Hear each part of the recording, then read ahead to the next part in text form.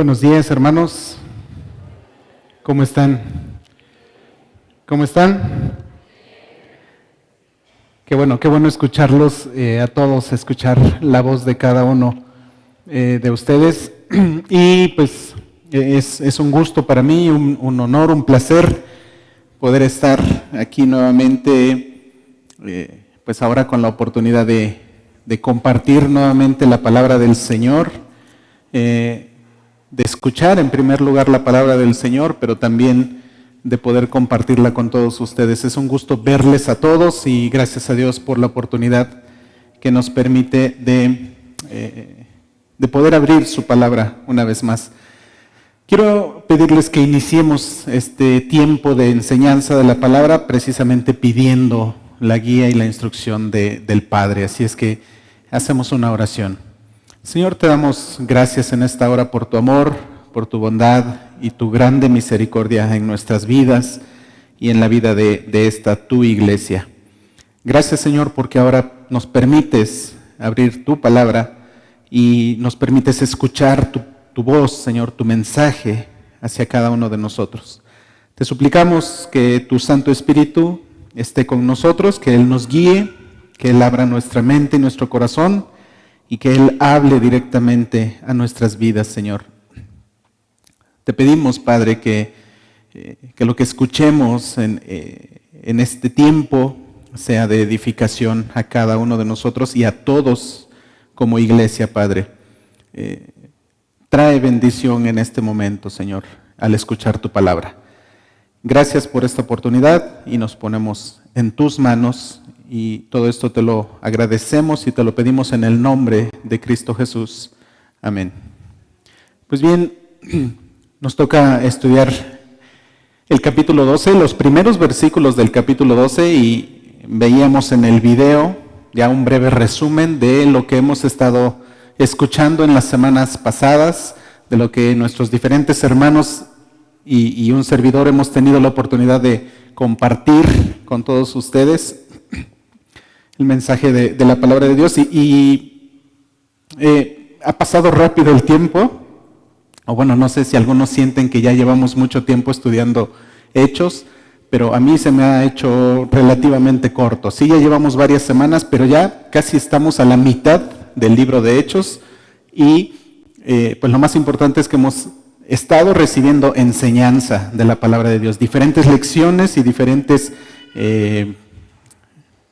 puntos en los cuales debemos de meditar respecto a nuestra vida y a la vida de nuestra iglesia. Y bueno, repito, el día de hoy nos toca leer el versículo 12 del libro de Hechos. Y la semana pasada, Gama mencionaba acerca de la última parte del capítulo 11, que al parecer Lucas, el autor del libro de Hechos, hace un paréntesis en esa parte del capítulo 11 para platicarnos acerca de lo que estaba sucediendo con la iglesia en Antioquía, en un lugar lejano relativamente de la ciudad de Jerusalén. ¿Se acuerdan qué dato nos dio Gama de más o menos la distancia entre Jerusalén y Antioquía?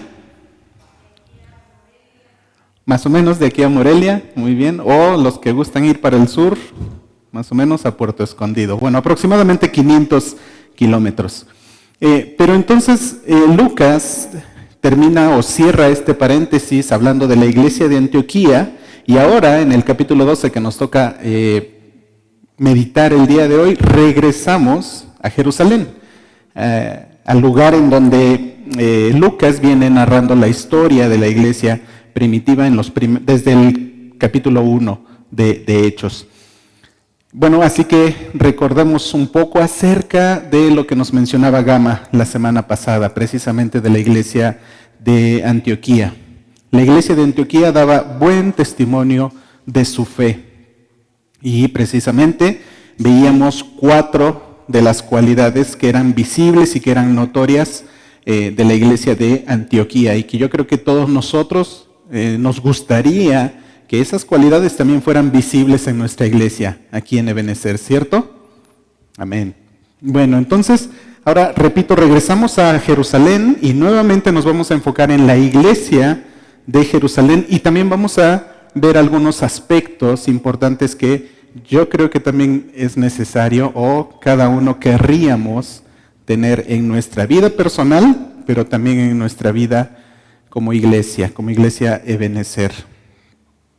Así que regresamos a Jerusalén, al capítulo 12, y recordemos cuál era el contexto histórico de la ciudad de Jerusalén, y específicamente de la iglesia, de los cristianos en Jerusalén.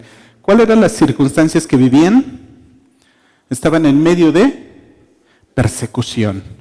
Esa persecución que, de acuerdo a lo que la Biblia nos menciona, inició en el capítulo 7.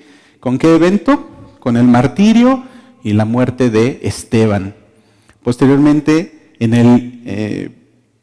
el capítulo 8, este capítulo precisamente comienza diciéndonos que Saulo, antes de convertirse, antes de cambiar su nombre a Pablo, Saulo comienza una persecución encarnizada y directa en contra de los judíos, con un celo judío muy encarnado y de una manera muy, muy fuerte. Saulo estaba persiguiendo a la iglesia de Jerusalén, a los cristianos. En el capítulo 8, más versículos más adelante también, veíamos cómo a consecuencia de esa persecución en Jerusalén, Felipe sale de la ciudad de Jerusalén, llega a Samaria, pero continúa predicando el evangelio. Después en el capítulo 9 veíamos la conversión de Saulo, y versículos más adelante también ya se nos empieza a narrar acerca de que el mismo Pablo ya comenzaba a sufrir ahora esa persecución. Ahora estaba del otro lado de la línea, ¿verdad? Del otro lado de la moneda, y ahora él era víctima de esa persecución. Bueno, entonces continuamos con este contexto. Está la iglesia de Jerusalén, los cristianos de Jerusalén, la iglesia primitiva, en medio de una persecución, en medio de ser reprimidos por el resto del pueblo judío. Y principalmente esa persecución había sido iniciada por líderes religiosos, pero esta persecución se iba haciendo cada vez más grande. Y llegamos a este punto, al capítulo 12, en donde no solo los líderes religiosos, sino ahora las autoridades también se hacían partícipes de esta persecución. Y ahora quien toma ese rol de perseguidor de la iglesia es Herodes. ¿Quién era Herodes? Era el rey de los judíos en aquel tiempo. Entonces voy a mencionar algunos puntos acerca de este personaje de Herodes y después voy a mencionar 3 personajes más, es decir, en total 4 personajes vamos a estudiar el día de hoy, y de ellos vamos a aprender varias lecciones. Entonces, enfocándonos en primer lugar precisamente en Herodes, la Biblia nos menciona 4 generaciones precisamente de Herodes. ¿Sí? Es decir, no es el mismo Herodes el que había mandado a matar a los niños cuando el Señor Jesús había nacido. No es tampoco el mismo Herodes el que había juzgado al Señor Jesús. Este es otro Herodes. Era una dinastía, eran unas generaciones de la misma familia que llevaban ese mismo título, Herodes. Entonces, este Herodes es el tercero de esa dinastía, de ese seguimiento que tuvieron estos reyes del pueblo judío. Y este Herodes al que se refiere Lucas en el capítulo 12 es Herodes Agripa I. Repito, la Biblia menciona 4 generaciones de Herodes, y cada uno de estos 4 Herodes tenían una característica negativa. Ellos dejaban marcas de la maldad que había vivido el pueblo de Israel bajo su reinado. Entonces, repito, este Herodes Agripa I es nieto de Herodes el Grande. Ese fue el Herodes de la matanza de los niños cuando nació el Señor Jesús. Después, este Herodes Agripa I también es sobrino de Herodes Antipas. Ese Herodes Antipas fue el que mandó a matar a Juan el Bautista y que posteriormente también participó en el juicio del Señor Jesús. Ese es el segundo Herodes en la sucesión. Continuamos con el tercer Herodes, que es el que precisamente vamos a estudiar el día de hoy, es Herodes Agripa I, y este Herodes, de lo que más resalta de lo que hizo y que se menciona en la Biblia, es precisamente lo que vamos a estudiar hoy, que mató a Jacobo y encarceló a Pedro. Y posteriormente hubo otro Herodes, hijo de este Herodes Agripa I, que fue Herodes Agripa II, y también tuvo un aspecto negativo, el cual se menciona en la Biblia. Él fue uno de los jueces del apóstol Pablo cuando estuvo encarcelado. Entonces, quiero que pensemos en este rey Herodes, en la posición que tenía. Era el rey de Israel, era el rey de los judíos. Y ese puesto de ser rey de los judíos, pues era un puesto especial, ¿verdad? Era no era cualquier posición que cualquier persona podía llegar a tener. Era un puesto de privilegio. Era el ser rey, tenían que considerar que Dios había escogido o podría haber escogido a esa persona para liderar a su pueblo con el propósito de encaminarlos precisamente en el camino de Dios. Sin embargo, a lo largo de la historia, como vemos en el Antiguo Testamento, principalmente después de que el reino se divide, muchos de los reyes no tomaron cuenta de esos principios, de que ellos tenían la comisión, el encargo de guiar al pueblo en los caminos del Señor. Y muchos de ellos, desde el Antiguo Testamento y ahora estos Herodes, hacían todo lo contrario. No les importaba a Dios, no les importaba en su propia vida ni en la de su familia acercarse a Dios, mucho menos se preocupaban por dirigir al pueblo de Israel precisamente a seguir los pasos de Dios. Entonces, esas eran las características de estos reyes, de este rey Herodes Agripa I. Este Herodes Agripa era corrupto y tenía amistades y tratos con los gobernantes de Roma. Recordemos que Roma era el imperio que estaba gobernando en aquel tiempo y ellos estaban oprimiendo al pueblo de Israel. Entonces, este Herodes tenía tratos con esos gobernantes romanos, obviamente para su conveniencia. En su juventud, este Herodes Agripa fue encarcelado por el emperador Tiberio. Entonces, pues, era una fichita, ¿verdad? No a cualquier persona la iban a encarcelar.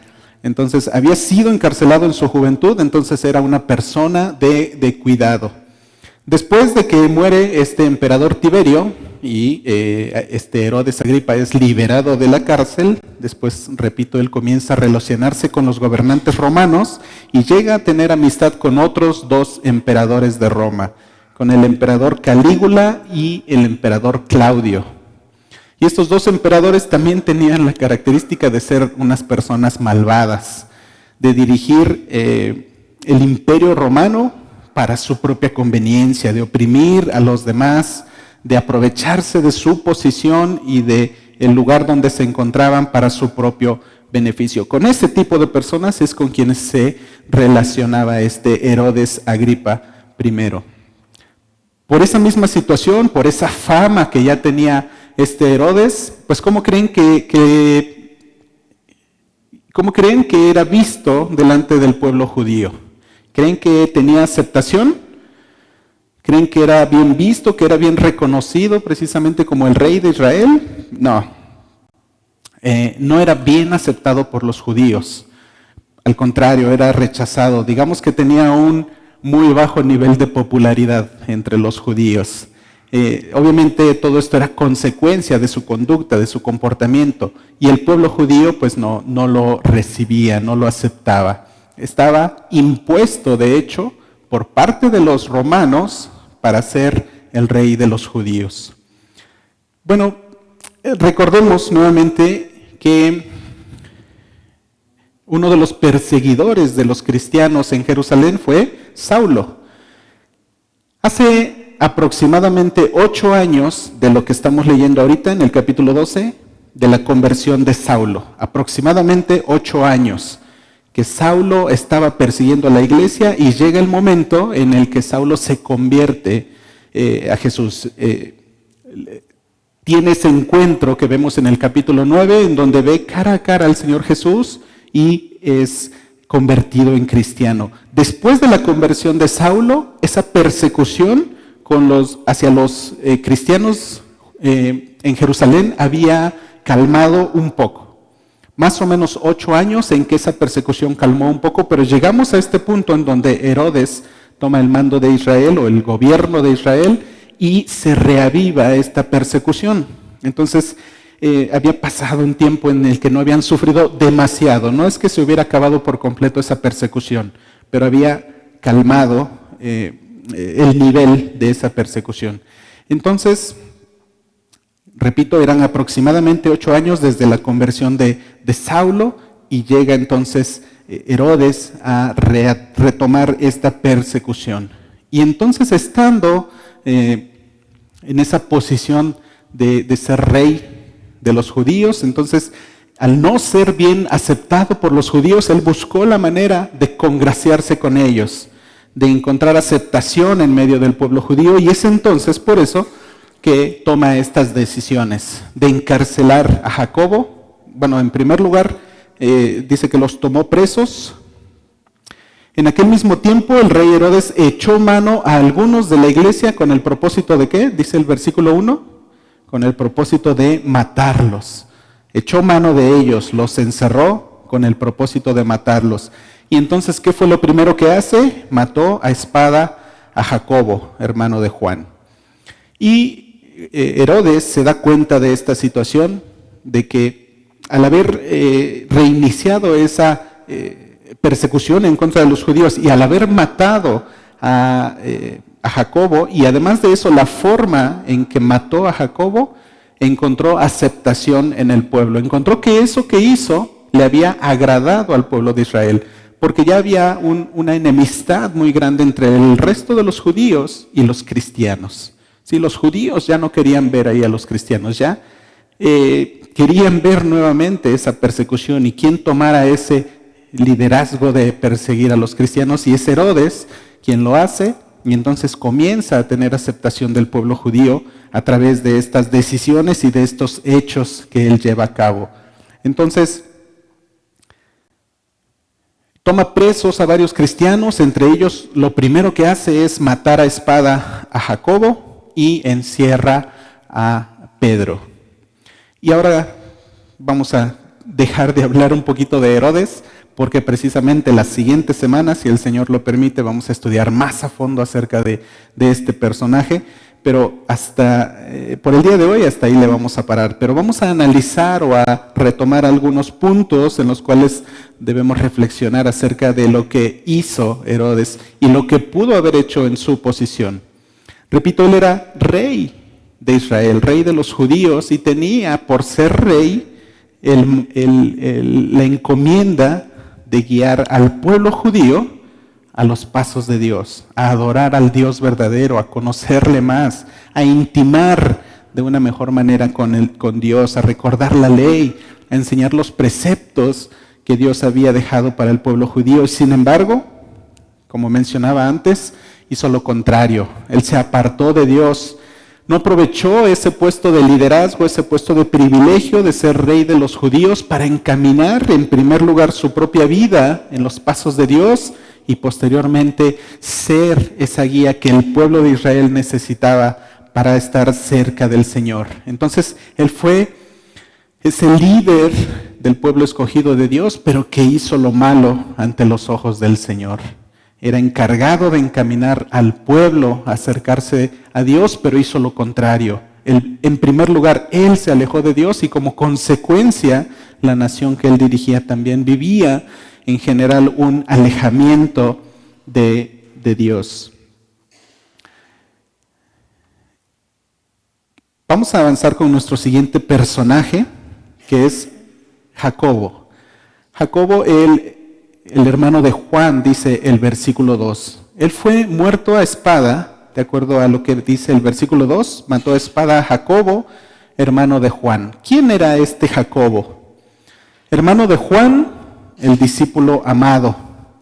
Él, Jacobo, junto con Juan, su hermano, y con Pedro, formaron un círculo íntimo de amistad con el Señor Jesús. ¿Sí? Él era uno de los principales entre los 12 discípulos del Señor.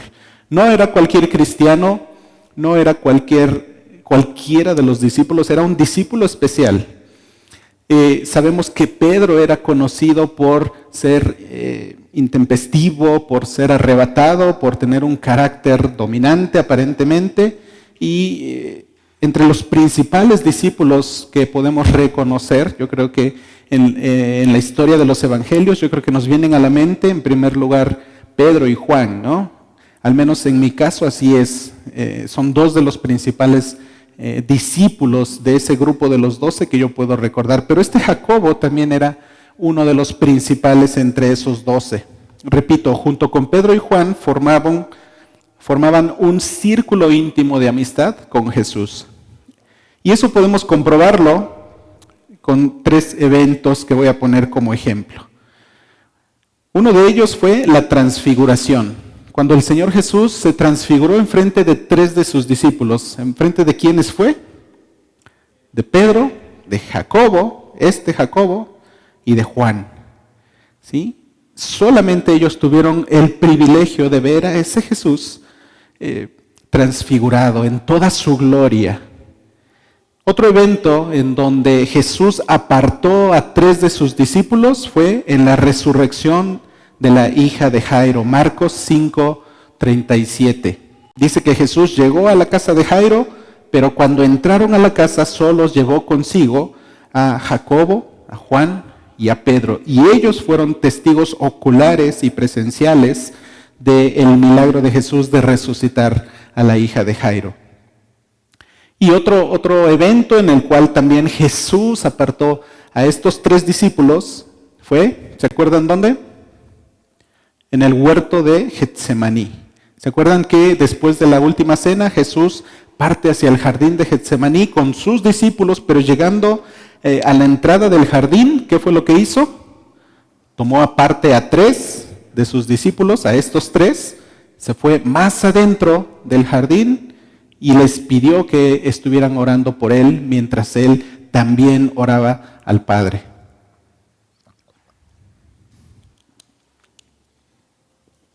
Entonces este Jacobo era parte de ese círculo íntimo de amigos de Jesús, de los principales de los 12 discípulos del Señor Jesús. Este Jacobo, después de la ascensión del Señor Jesús al cielo, tomó un puesto de liderazgo también en la iglesia primitiva de Jerusalén. Era uno de los líderes de la iglesia, era una de las cabezas de la iglesia de Jerusalén. Es muy probable que él haya permanecido todo el tiempo dentro de la ciudad de Jerusalén. Es decir, él, a pesar de la persecución, no salió fuera de la ciudad, sino que permaneció junto con la iglesia en Jerusalén. Llegó a este punto, el capítulo 12 de Hechos, a donde su misión finalmente había sido cumplida. Ya había sido él una herramienta útil en las manos de Dios, y entonces él se convierte, este apóstol Jacobo, se convierte en el primero de los 12 discípulos en morir por causa de su fe en Jesús. Así conocemos a este Jacobo, a un personaje importante entre los 12, a un líder de la iglesia de Jerusalén. Y si veíamos en los capítulos donde estudiábamos acerca de cómo eligieron a los diáconos que habían de servir para ayudar a los líderes de la iglesia, ¿se acuerdan qué características debían de tener? Tenían que ser de buen testimonio y llenos de el Espíritu Santo. Los diáconos, los que iban a ser ayudantes de los líderes de la iglesia, con mayor razón, los líderes, los apóstoles que se estaban encargando de liderar la iglesia en Jerusalén, también tenían que tener estos requisitos, estas cualidades también tenían que ser visibles en ellos. Por lo tanto, podemos asegurar que Jacobo también tenía esas cualidades de ser un hombre de buen testimonio y ser un hombre lleno del Espíritu Santo. Repito, fue muerto por Herodes, muerto a espada. Y esto de ser muerto a espada se refiere a ser decapitado, a que le cortaron la cabeza. Y esto fue por una situación de que, repito, Herodes quería congraciarse, encontrar aceptación con el pueblo judío, y entonces en esa intención, en ese propósito de Herodes, de ser aceptado, quiso, digamos, entre comillas, dar un golpe de autoridad, y entonces mata a Jacobo, el líder de la iglesia de los cristianos, como para sentar un precedente, como para decirle a los judíos, acéptenme, estoy haciendo esto. Entonces, en aquel tiempo, el hecho de ser decapitados o de que la cabeza les fuera cortada era la sentencia penal más fuerte por parte de los romanos. Pero también era una situación muy vergonzosa, muy odiada por el pueblo judío. No era algo que fuera agradable para ellos, por supuesto. Pero este fue el tipo de muerte que el apóstol Jacobo sufrió. Pensemos en sus cualidades, en las cualidades de Jacobo. Ya mencioné algunas. Era un hombre de buen testimonio, era un hombre que había estado dentro del grupo de los 12, y pensemos en que había sido uno de esos 3 del círculo íntimo de Jesús. Era muy cercano al Señor Jesús. Había vivido todo su ministerio junto con él. Se convirtió en líder de la iglesia y cumplió su misión, dando buen testimonio de su fe en Jesús. Entonces, en este relato que nos hace Lucas, dice que Jacobo fue muerto a espada, había cumplido su misión, y posteriormente nos empieza a decir acerca de nuestro tercer personaje, que es el apóstol Pedro. ¿Qué fue lo que le sucedió a Pedro? ¿Qué hizo Herodes con Pedro? Dice el versículo 4, habiéndole tomado preso, le puso en la cárcel, entregándole a 4 grupos de 4 soldados cada uno, para que le custodiasen, y se proponía sacarle al pueblo después de la Pascua. Repito, manda a matar a Jacobo para congraciarse con el pueblo, y al ver que al pueblo eso le agradó, pues quería dar el siguiente paso, quería ir más allá, quería seguirse congraciando con el pueblo, y ahora toma preso a Pedro. ¿Y cuál era la intención de haberle tomado preso? También era la intención de matarle y de seguir complaciendo al pueblo y de seguir teniendo aceptación entre ellos. Dice el versículo 3, después de haber matado a Jacobo, viendo que esto había agradado a los judíos, procedió también a prender a Pedro. Eran entonces los días de los panes sin levadura. Así que Pedro es arrestado con el propósito de ser muerto por parte de Herodes. Ahora, este versículo 3 nos dice que fue arrestado durante la fiesta de los panes sin levadura. Entonces llega este momento, por supuesto que todo estaba preparado por Dios, todo estaba dentro de los planes de Dios, pero Herodes no quiso matar a Pedro justo en la celebración de la fiesta. Tomó, digamos, una pausa, ya se había llegado el tiempo de la fiesta, ya tenía encarcelado a Pedro, y decide no matarlo de inmediato, dejar que transcurriera la fiesta de los panes sin levadura, y posteriormente dice aquí que ya lo iba a sacar después de la Pascua. No es que lo fuera a liberar, no es que lo fuera a soltar y a darle la libertad. Esta frase donde dice que lo iba a sacarle al pueblo después de la Pascua, era precisamente eso, sacarlo para exhibirlo delante del pueblo y hacer pública su muerte. Ese era su propósito. Entonces llega este tiempo de la fiesta de los panes sin levadura, y repito, todo era un plan de Dios, todo estaba dentro de los planes de Dios, no por algo sucedió este evento precisamente en estos días. Y entonces, mientras transcurre la fiesta de los panes sin levadura, pasa algo curioso con este encierro del apóstol Pedro. ¿Qué fue lo que ordenó Herodes para vigilar a Pedro? Dice el versículo 4 que lo entregó a 4 grupos de 4 soldados cada uno. ¿Cuántos soldados estaban a cargo de vigilar a Pedro en total? 16 16 soldados. Imagínense a Pedro ahí en medio de su celda y 16 soldados ahí alrededor. Bueno, probablemente podemos pensar que era exagerado el número de soldados que estaban a cargo de vigilar a Pedro, pero todo esto tiene un porqué, un motivo. No era la primera vez que Pedro era encarcelado. Esta era la tercera vez, por lo menos en lo que nos narra el libro de Hechos, en que Pedro había sido encarcelado.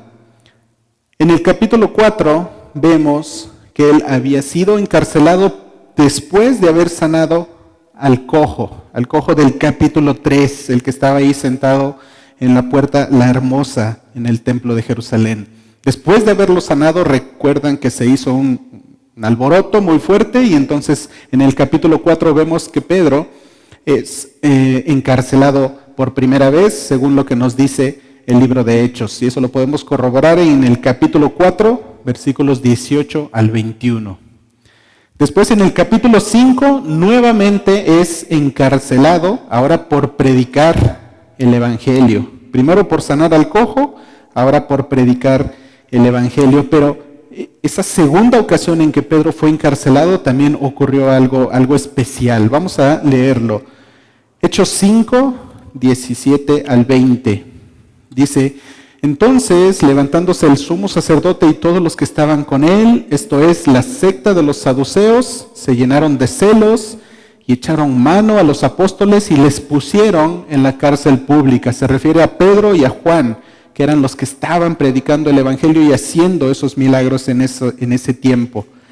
Versículo 19, mas un ángel del Señor, abriendo de noche las puertas de la cárcel y sacándolos, dijo: id y puestos en pie en el templo, anunciad al pueblo todas las palabras de esta vida. Entonces, en este segundo encarcelamiento sucede esta liberación también milagrosa de parte de Dios para el apóstol Pedro y el apóstol Juan. Entonces, repito, no era la primera vez que Pedro era encarcelado, ya había antecedentes y en esas dos primeras ocasiones Pedro había sido liberado. Entonces Herodes quiere tomar sus medidas preventivas como para que esto no vuelva a suceder, para que no se le vuelva a escapar Pedro, para que por fin ahora sí pueda llevarlo hasta la muerte y congraciarse con el pueblo. Por eso fue que puso a tantos soldados para vigilar al apóstol Pedro. Ahora, no estaban los 16 soldados todo el tiempo ahí en la celda de Pedro. ¿Sí? Eran 4 grupos de 4 y generalmente tomaban turnos. Es decir, el primer grupo tomaba un turno de 3 horas para vigilar al apóstol Pedro, para estar 100% alertas durante esas 4 horas.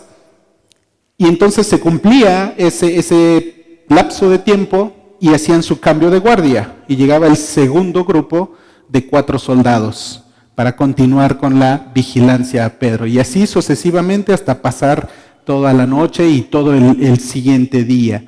Entonces, había 4 soldados todo el tiempo vigilando a Pedro. Además de eso, también Herodes se tomó la medida de que de esos 4 soldados, 2 de ellos eran encadenados directamente al apóstol Pedro dentro de la celda. Es decir, Pedro estaba siempre en medio de 2 soldados, encadenado a ellos, y los otros 2 soldados estaban fuera de la celda vigilando precisamente la puerta, la entrada.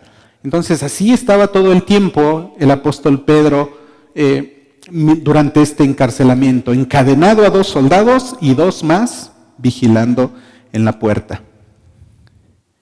No era para menos que Herodes quisiera tomar sus precauciones. Ya había sido liberado 2 veces Pedro y no quería Herodes que volviera a suceder lo mismo. Y entonces viene ahora la participación de Dios y viene este evento milagroso, este evento especial, el cual seguía haciendo Dios a través del Espíritu Santo en la vida de los apóstoles. Vamos a leer qué fue lo que sucedió. Vamos a leerlo una vez más para Quiero que vayamos imaginando, después de pensar las circunstancias en las que estaba Pedro, cómo fue que sucedió este milagro. Versículo 7 del capítulo 12. Pedro está preso, encadenado a 2 guardias y 2 más en la puerta. Dice el versículo 7, y he aquí que se presentó un ángel del Señor, y una luz resplandeció en la cárcel, y tocando a Pedro en el costado, le despertó diciendo, levántate pronto. Y las cadenas se le cayeron de las manos. Le dijo el ángel, cíñete y átate las sandalias. Y lo hizo así. Y le dijo, envuélvete en tu manto y sígueme.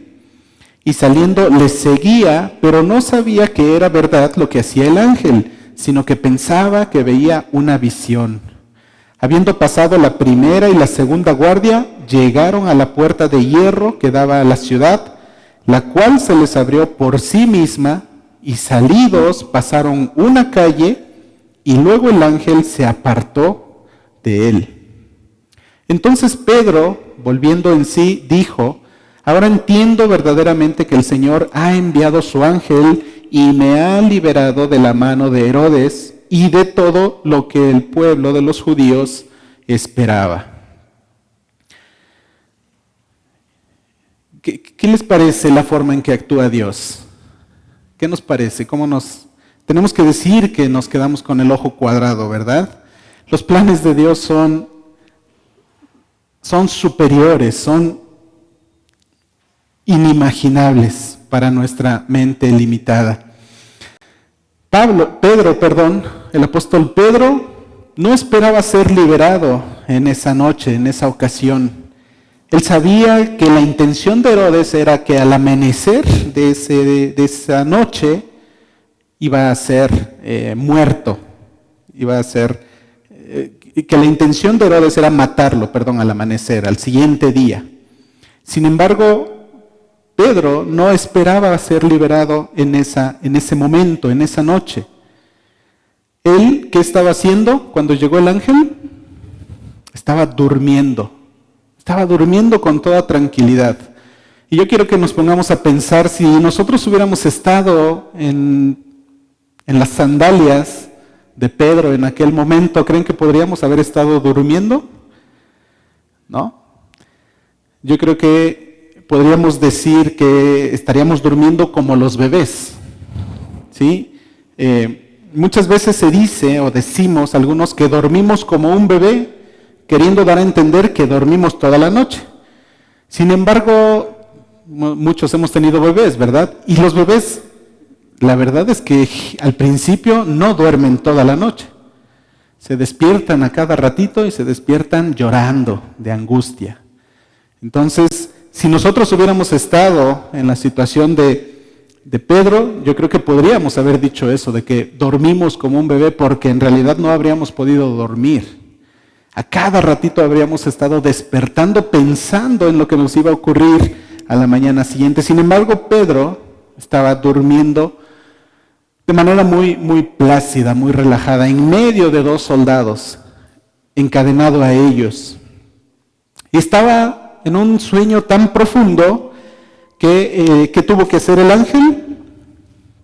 Le tuvo que dar un codazo, ¿verdad?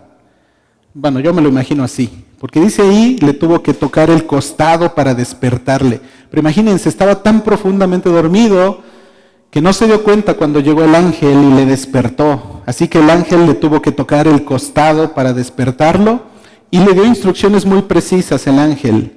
Levántate pronto, es decir, que Pedro no estaba de pie, estaba o sentado o estaba recostado, durmiendo. ¿Qué más le dice que hace el ángel? Levántate pronto. ¿Y qué hizo cuando dijo eso el ángel? ¿Qué pasó? Las cadenas se le cayeron de las manos. Qué increíble que haya pasado eso. ¿Qué más le dijo el ángel? Cíñete y átate las sandalias. Y lo hizo así. Repito, Pedro no estaba preparado para ser liberado en esa noche. No estaba ceñido y sus sandalias no estaban puestas en sus pies. Y después le dice, envuélvete en tu manto. Su manto no estaba cerca de él o no lo tenía puesto. Dice, envuélvete en tu manto y sígueme.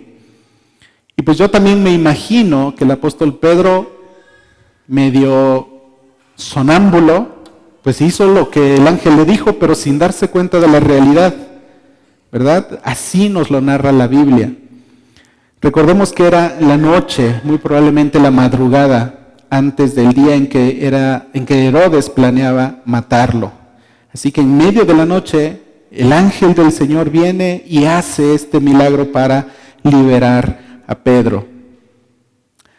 Lo lleva, lo guía por en medio de las puertas de esa prisión, de esa celda, por las diferentes guardias que estaban, y lo milagroso también es que los vigilantes no se dieron cuenta de lo que pasó. No se dieron cuenta que había un ángel, no se dieron cuenta que Pedro fue liberado, no se dieron cuenta que sus cadenas fueron rotas o fueron sueltas y que él fue guiado en medio de ellos hasta la salida. Y además de eso, dice el versículo 10, que cuando llegaron a la puerta de hierro a la que daba a la ciudad, ¿qué pasó? Como si hubieran llegado a Liverpool, ¿verdad? Las puertas se abrieron automáticamente, se abrieron solitas. Dios hizo todo este milagro, toda esta obra para liberar a Pedro de esa esclavitud en la que estaba, de esa prisión en la que estaba. Y Dios permitió que los ojos de los vigilantes fueran cegados y no pudieran darse cuenta de ese milagro que Dios había hecho. Y algo bien llamativo es que algo similar o algo igual o parecido sucedió en la vida de cada uno de nosotros cuando aceptamos al Señor Jesús. Dios hizo un milagro similar en nuestras vidas. Estábamos en prisión, estábamos encadenados a nuestro pecado, y sin embargo llegó el Señor Jesús a nuestra vida y nos liberó y nos guió a la salida de ese lugar tan oscuro, tan indeseable en el que nos encontrábamos, en esa prisión. Nos guió en medio de esos vigilantes para llevarnos hasta la libertad espiritual. Y Dios permite también que la vida de los no creyentes sea cegada para que no conozcan el Evangelio. Los que no han sido escogidos también, Dios permite esto para que su nombre sea exaltado, para que su justicia también sea exaltada, para que conozcamos y sepamos que Dios, además de ser misericordioso, también es un Dios justo, un Dios que también castiga la maldad. Es interesante este milagro que Dios hizo en la vida del apóstol Pedro, pero repito, Pedro no estaba preparado para ser liberado. Él estaba confiado en el Señor Jesús, en que su vida dependía de lo que Dios decidiera para él. Él sabía que ya Jacobo había muerto, ya había sido decapitado por Herodes, y probablemente él pensaba que también su muerte estaba cerca. Sin embargo, él sabía que su vida le pertenecía a Dios y que ya sea que Dios decidiera que su vida terminaría en esos días o que su vida continuaría, él sabía que su vida pertenecía a Dios y que él no podía hacer nada para cambiar esa situación. Él confiaba de manera plena en lo que Dios hubiera escogido para su vida. Él estaba dispuesto a sufrir por causa de su fe en el Señor Jesús. Y eso le permitía disfrutar de una paz y de una tranquilidad que cualquiera de nosotros quisiéramos, de estar confiado en el Señor, de que a pesar de estar en una prisión, a pesar de estar encadenado a 2 guardias, él podía dormir de manera tranquila. Acerca de estos 2 apóstoles, Jacobo y Pedro, tenemos que darnos cuenta de que ellos vivían una vida cercana a Dios, cercana al Señor Jesús. Repito, ellos habían estado con Jesús, habían sido parte de ese grupo de 3 discípulos especiales que presenciaron esos hechos milagrosos y especiales del Señor Jesús. Le vieron en toda su gloria, vieron cómo hizo milagros y le vieron también en medio de la angustia ahí en el huerto de Getsemaní. Ellos eran discípulos, eran cristianos cercanos al Señor Jesús. Por lo tanto, ellos podían obedecer los mandamientos que el Señor les había encomendado. No solo a ellos, esos mandamientos que el Señor Jesús ha encomendado a todo cristiano, a todo creyente que hasta el día de hoy podemos creer en Jesús. Pero ellos habían vivido una relación tan cercana con el Señor Jesús que sabían que era importante obedecer los mandatos que había dejado el Señor Jesús. Y por lo tanto, al obedecer estos mandatos, ellos podían vivir confiados y tranquilos, repito, sabiendo que sus vidas estaban en manos de Dios.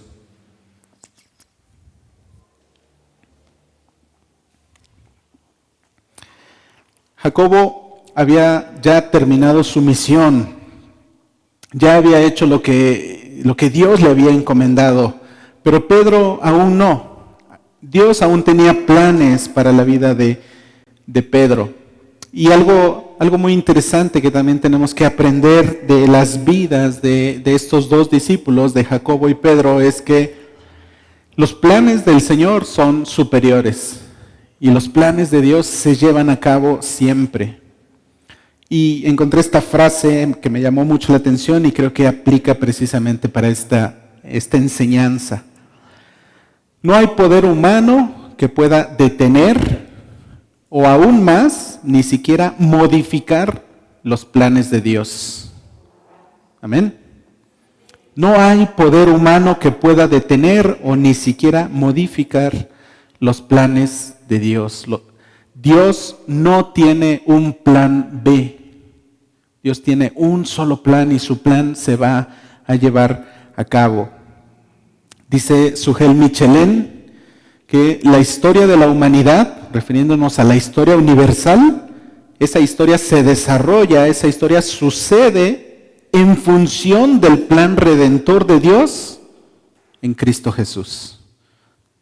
Todo lo que sucede a nuestro alrededor, todo lo que ha sucedido y que ahora conocemos como parte de la historia, todo ha sido diseñado por Dios y todo eso gira en torno al plan redentor de Dios para con la humanidad.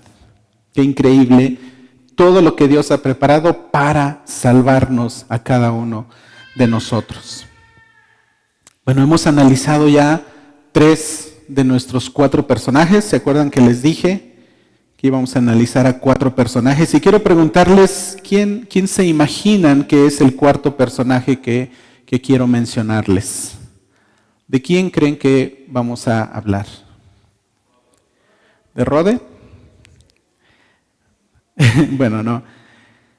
No es un individuo, este 4º personaje, es un organismo. Quiero hablar de la iglesia de Jerusalén en ese entonces, de lo que nos enseña este pasaje de la iglesia. Rode, por supuesto, era parte de la iglesia. Marcos también, porque ahí se menciona. ¿Quién más se menciona? María, la madre de Marcos. Se mencionan a más personajes y todos ellos eran miembros, eran parte de este último personaje que es la iglesia. Hemos visto a lo largo de los capítulos anteriores cualidades de la iglesia, no solo de Jerusalén, también lo veíamos con la de Antioquía la semana pasada. Pero quiero que recordemos algunas de las principales cualidades que el libro de Hechos específicamente nos menciona de la iglesia primitiva. ¿Cómo era la iglesia primitiva de Jerusalén? ¿Qué cualidades tenía? Era una iglesia, ¿qué? Unánime, unida. ¿Y qué otra característica era muy visible en ellos? Era una iglesia de oración. Nuevamente, la iglesia de Jerusalén estaban reunidos, ¿dónde?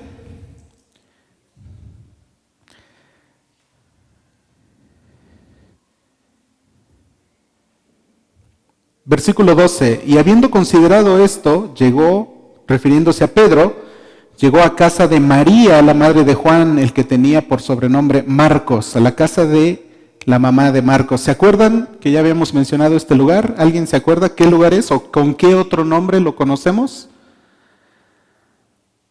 La casa de Juan Marcos o de su mamá era el aposento alto, ¿sí?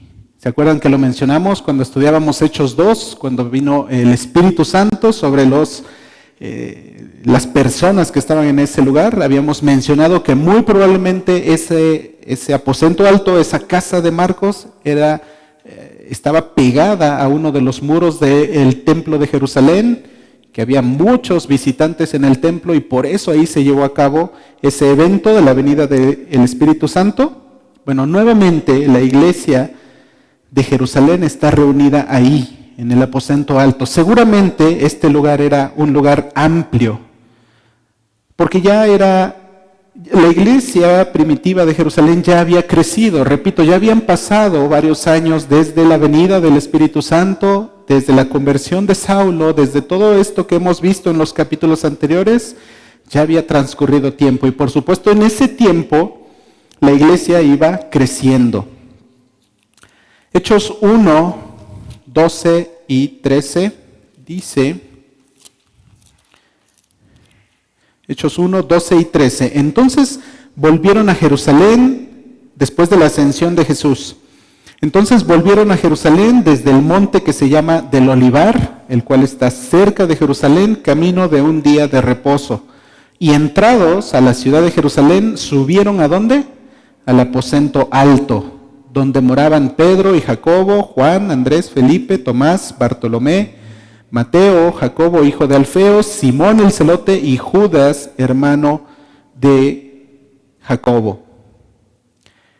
Dice el versículo 15, en aquellos días Pedro se levantó en medio de los hermanos y los reunidos eran ¿cuántos?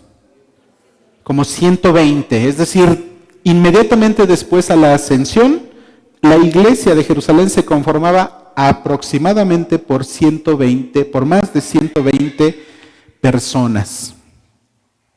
Pero repito, el Señor iba haciendo la obra de crecimiento en la iglesia y conforme pasaba el tiempo, la iglesia crecía. Hechos 2, 41. Así que los que recibieron su palabra fueron bautizados y se añadieron aquel día, ¿cuántos? Como 3,000 personas. Hechos 4:4. Pero muchos de los que habían oído la palabra creyeron, y el número de los varones era como de 5,000. La iglesia iba creciendo. Entonces, para este tiempo, para Hechos 12, ya era una iglesia grande, ya era una iglesia numerosa. Y a pesar de ser una iglesia numerosa y grande, seguían manteniendo esa cualidad, esa característica de ser una iglesia unida, una iglesia unánime, como mencionaba nuestro hermano. Quiero mencionarles algunos versículos donde podemos confirmar precisamente esta cualidad, esta característica. Regresamos a Hechos 1 y otra vez versículos 13 y 14. Entrados, subieron al aposento alto donde moraban. Bueno, ahí se mencionan todos los apóstoles y en el capítulo 14 dice, todos estos perseveraban, ¿cómo? Unánimes, estaban unánimes. Hechos 2, 1 y 2, cuando viene el Espíritu Santo. Llegó el día de Pentecostés y estaban todos unánimes y juntos, y es entonces cuando viene el Espíritu Santo. Hechos 2, 44. Todos los que habían creído estaban juntos y tenían en común todas las cosas. Hechos 2, 46. Perseverando unánimes cada día en el templo y partiendo el pan en las casas, comían juntos con alegría y sencillez de corazón. Hechos 4, 32. Y la multitud de los que habían creído era de un corazón y un alma, y ninguno decía ser suyo propio nada de lo que poseía, sino que tenían todas las cosas en común. Bueno, ahí ese mismo pasaje hasta el versículo 37 nos habla precisamente acerca de la unanimidad y de la unidad de la iglesia cristiana en Jerusalén. Y además de ser una iglesia unida, a pesar de ser numerosa, eran una iglesia de oración. Hechos 12:5, regresamos a nuestro pasaje, Hechos 12:5. Vemos que Herodes había matado a Jacobo y encarcela a Pedro. ¿Y cuál fue la actitud de la iglesia? ¿Qué se pusieron a hacer? Versículo 5. Así que Pedro estaba custodiado en la cárcel, pero ¿qué hacía la iglesia? Hacía sin cesar oración a Dios por él. Versículo 12. Y habiendo considerado esto, llegó a casa de María, la madre de Juan, el que tenía, ya después de que Pedro había sido liberado por el ángel, llega a la casa de María, donde estaban reunidos la iglesia. ¿Y qué estaban haciendo?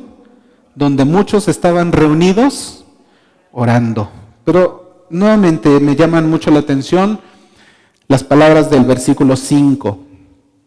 Mientras Pedro estaba custodiado en la cárcel, ¿qué hacía la iglesia? Hacía sin cesar oración a Dios por él. ¿Cada cuándo estaban orando? ¿Cada jueves a las 5 de la tarde?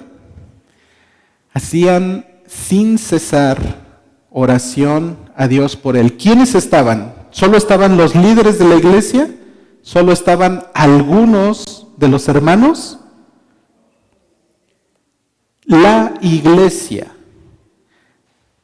Después de que dice que Pedro estaba custodiado en la cárcel, la iglesia, este personaje al cual pertenecían muchas personas y al cual el día de hoy nosotros pertenecemos, porque si nosotros decimos creer en el Señor Jesús y decimos ser salvos, entonces eso implica que somos parte de la iglesia. ¿Y qué hacía la iglesia? Hacía sin cesar oración a Dios por él. La iglesia de Jerusalén era una iglesia unida y era una iglesia de oración.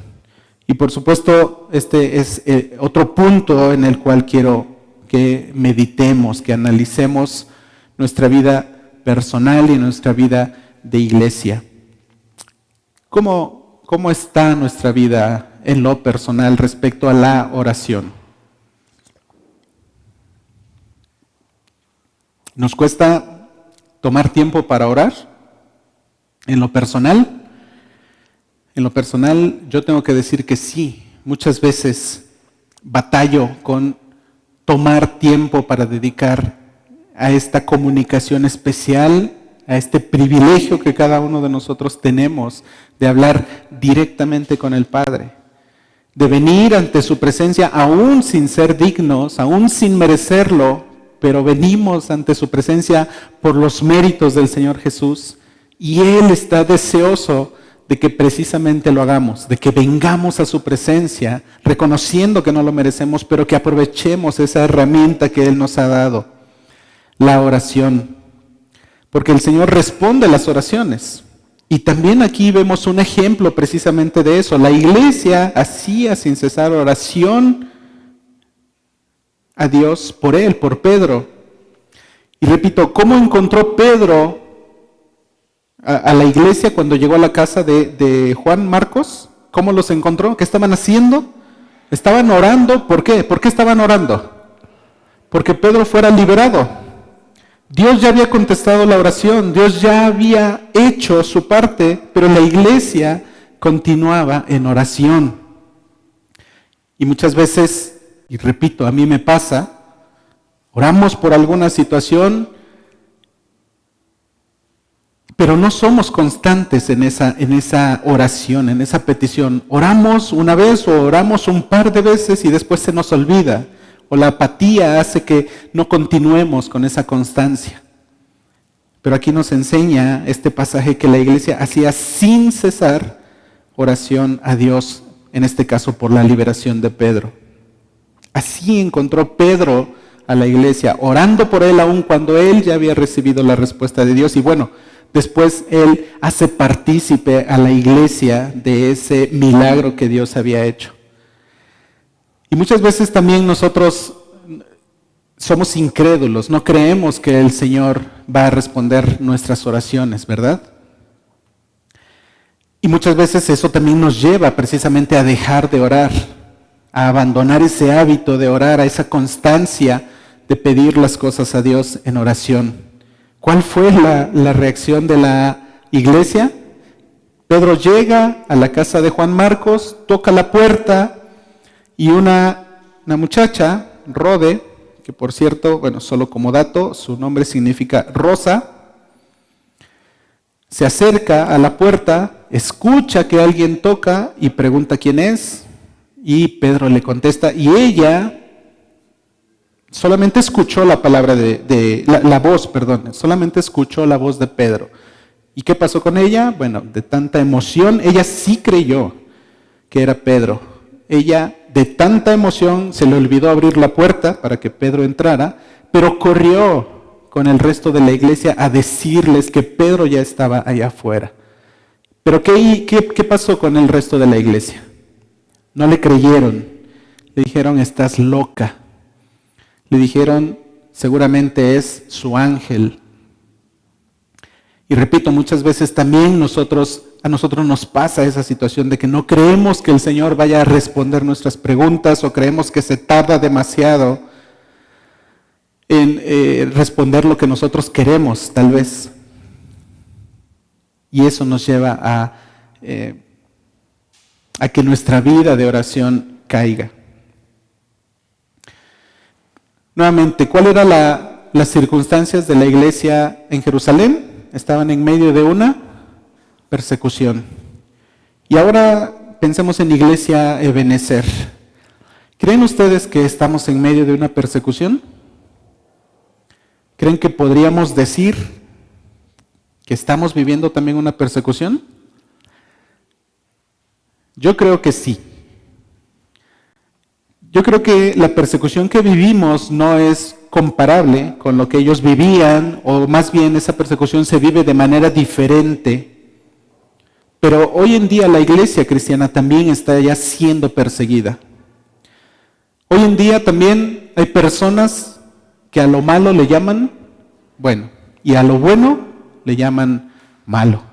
Y esto va en contra de lo que Dios enseña.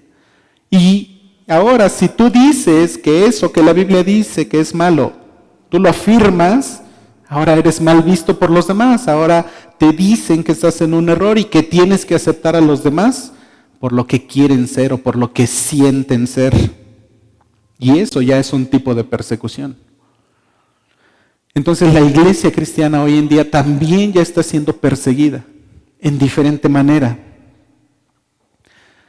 Probablemente aún no nos meten en la cárcel a nosotros o a nuestros líderes, pero también sufrimos cuando somos perseguidos, cuando se nos quiere obligar a creer en cosas que son contrarias a lo que Dios enseña en su palabra, ¿cierto? Y ya lo estamos viviendo cerca de nosotros. Ya salimos y a nuestro alrededor hay personas, aunque no traigan una pancarta, aunque no lo digan de viva voz, pero sabemos que ya están aquí cerca de nosotros, sabemos que ya están aquí los que nos ven mal porque creemos en la palabra de Dios, en la verdad, porque ahora ellos quieren imponer su manera de pensar. Eso ya es un tipo de persecución. Ahora, en medio de esta persecución contextualizada a nuestros días, a las circunstancias que cada uno de nosotros vivimos, ¿cómo está nuestro testimonio? ¿Se puede decir de nosotros que nos parecemos por lo menos un poco al apóstol Jacobo, al apóstol Pedro?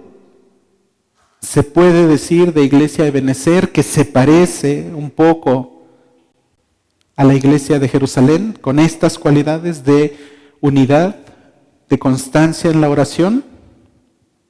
Para ello, cada uno de nosotros tenemos que aportar desde lo personal. En primer lugar, tenemos que cambiar nuestros hábitos personales. Si estamos batallando con nuestro tiempo de oración, en lo personal, también vamos a batallar, o también se va a ver reflejado en la vida de oración de la iglesia. Es importante la vida de oración de la iglesia, es importante orar como iglesia, orar unos por otros, sobrellevar las cargas los unos de los otros.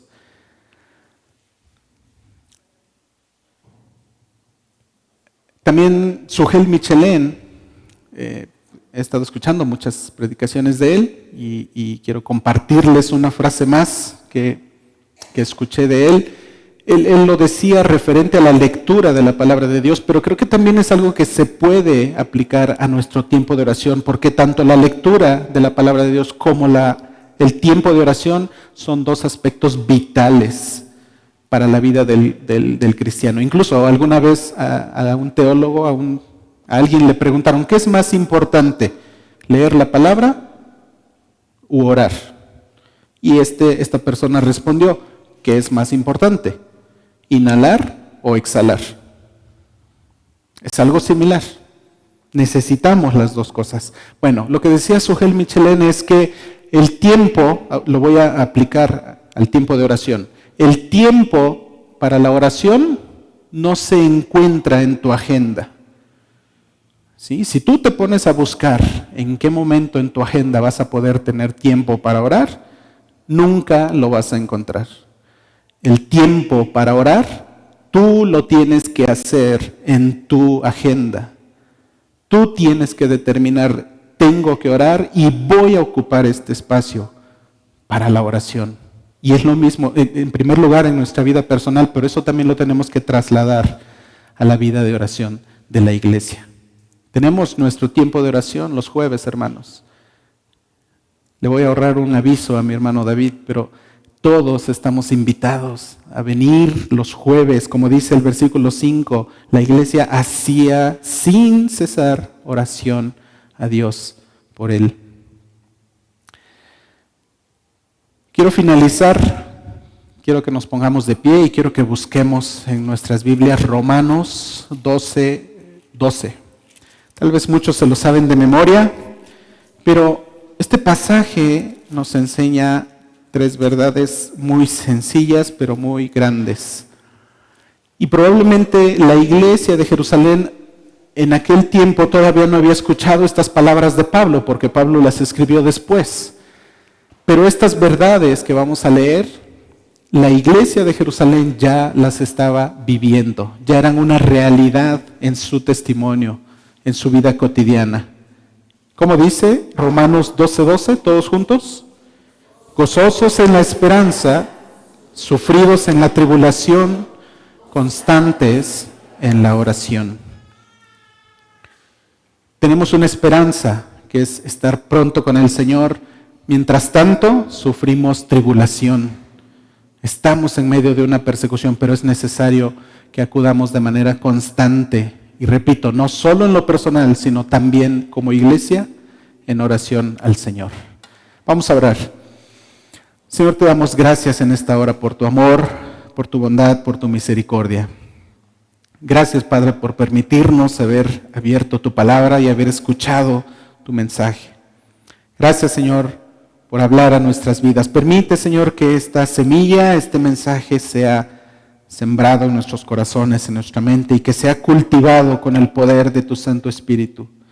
Señor, transforma nuestras vidas en aquello que es necesario que cambiemos, que mejoremos. Transforma nuestras vidas en lo personal, pero también ayúdanos para que esto se pueda reflejar en nuestra vida de iglesia. Señor, gracias por el privilegio que nos das de acudir a ti en oración. Ayúdanos, Señor, a valorar esta herramienta, este privilegio de estar en comunicación constante y directa contigo. Gracias, Señor, por hablar tu mensaje a nuestras vidas. Gracias te damos y pedimos todo esto en el nombre de Cristo Jesús. Amén. Que el Señor les bendiga, hermanos.